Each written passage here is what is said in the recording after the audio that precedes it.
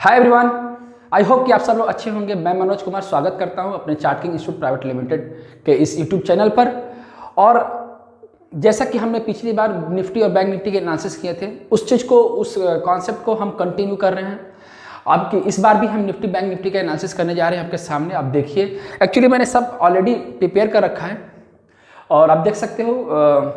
मैं जो स्टार्ट करने जा रहा हूँ बैंक निफ्टी का, तो इस एनालिसिस के बाद मैं आपको एक बात बताऊंगा। वो क्या है कि कुछ लोगों ने कमेंट करके पूछा है कि डिफरेंस बताइए कि प्रोजेक्शन और एक्सटेंशन में डिफरेंस क्या है। तो इस को फिनिश करने के बाद मैं आपको बताऊंगा।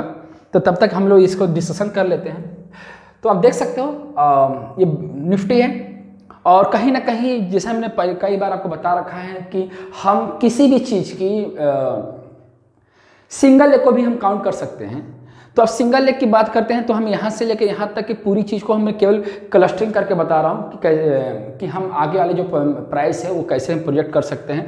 तो आप देख सकते हो कि पिछली बार हम लोगों ने जब डिस्कशन किया था तो निफ्टी जो थी अप्रॉक्सीमेटली यहाँ थी, ये यहाँ पर निफ्टी थी और उसके बाद 61.8% के ऊपर ट्रेडिंग कर रही थी। तो हम लोगों ने बोला था कि मैंने बोला था कि ये प्राइस जो है और ऊपर की तरफ जा सकती है।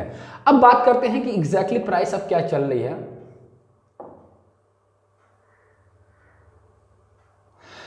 तो अब देख सकते हो कि यहाँ पर जो मैंने क्लस्टर किया, एक ब्लैक कलर का फिबोनाची लगाया है, यहाँ से यहाँ तक का फिबोनाची ब्लैक कलर वाला है। उसके बाद मैंने नीचे से रेड वाला लिया हुआ है। तो अब देख सकते यहाँ पर जो प्राइस है एग्जैक्टली ये मैंने लिया हुआ 90% और 81%। ये दोनों जो रेशियो हैं ये फ्लैट करेक्शन के रेशियो हैं।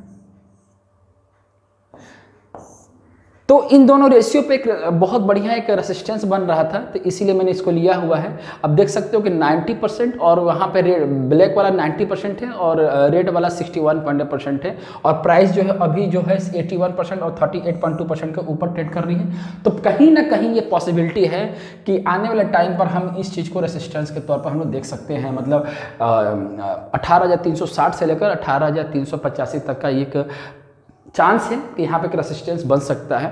और अगर ये रेसिस्टेंस क्रॉस करता है 61.8% तो प्राइस का जो डेस्टिनेशन बनेगा वो बनेगा 111%। ये सारा रेशियो जो है 81% से लेकर 111%, ये सारा फ्लैट करेक्शन का रेशियो होता है। और कभी भी प्राइस जो है इम्पल्स में तभी कंसीडर की जाती है जब वो 111 अपने एक्सटेंशन का 111% क्रॉस करती है, तब अपने प्रोजेक्शन पर वो प्राइस जो है 161.8% जाती है। तो फिलहाल हम ज़्यादा ना एक्सप्लेन करते हुए मैं आपको बता रहा हूँ कि आने वाले दिनों में ये हम रेसिस्टेंस को फेस कर सकते हैं और अगर ये क्रॉस करती है, इसके ऊपर क्लोजिंग करती है, तो मैक्सिमम हम नए हाई की तरफ हम देख सकते हैं कि 18,845 तक निफ्टी जो है जा सकती है। ठीक है, और ये तरह अपसाइड की पॉसिबिलिटी। डाउन साइड में क्या हो सकता है कि मान लीजिए कि यहाँ पर एक रेसिस्टेंस को जो रेसिस्टेंस है उसको फेस करती है, तो यहाँ पर अगर प्राइस ट्रेवल करके नीचे के साइड आती है तो एक रेसिस्टेंस ये सपोर्ट की तरफ काम कर सकता है। और अगर मान लीजिए कि अगर ये 61% ब्लैक वाला नीचे के साइड वो ब्रेक करके क्लोजिंग देता है तो ट्रेंड जो हो जाएगा वो चेंज हो जाएगा।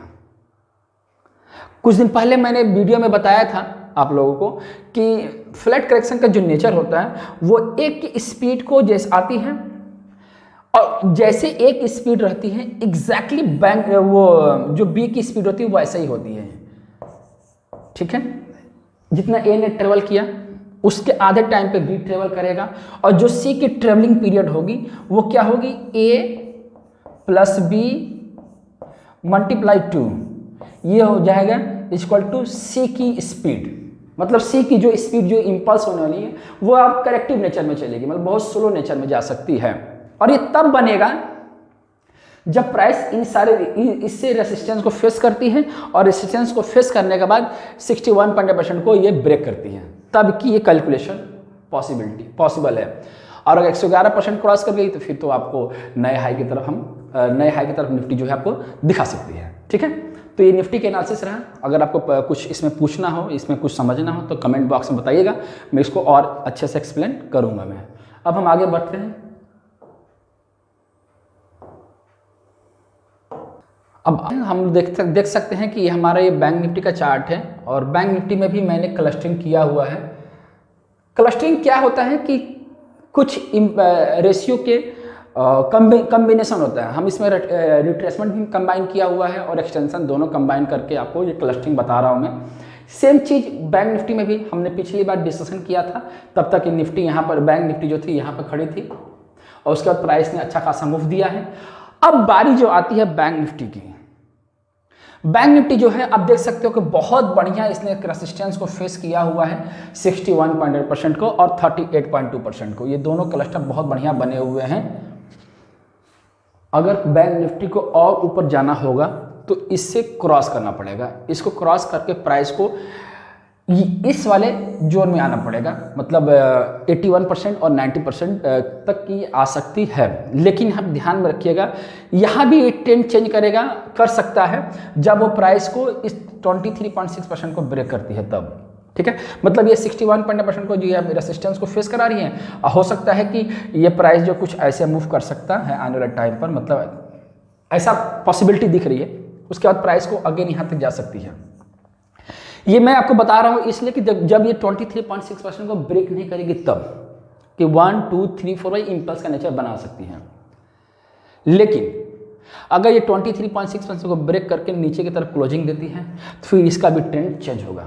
मतलब बैंक निफ्टी का जो ट्रेंड है वो 23% जो है ये रेशियो जो है ये डिसाइड करेगा।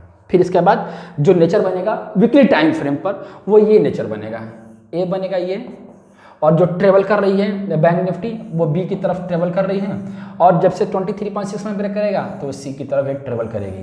तो इस तरह का सिनेरियो बन सकता है बैंक निफ्टी में, ठीक है। और ये जो मैंने इम्पल्स की तरफ 1 2 3 4 5 दिखाया है, ये तभी पॉसिबिलिटी है जब इसको सपोर्ट लेकर चलेगी।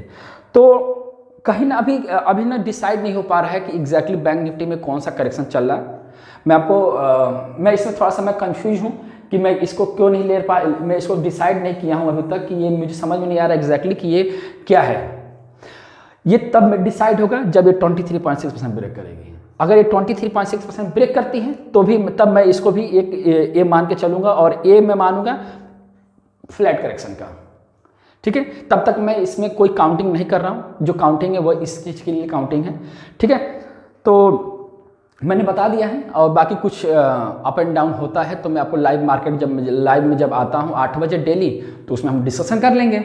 तब तक आप इस चीज़ पे ध्यान दीजिए और इसके हिसाब से अपने ट्रेडिंग को, मैं रिस्क मैनेजमेंट को मेंटेन करते हुए अपने ट्रेडिंग को कंटिन्यू कीजिए, ठीक है। All the best guys.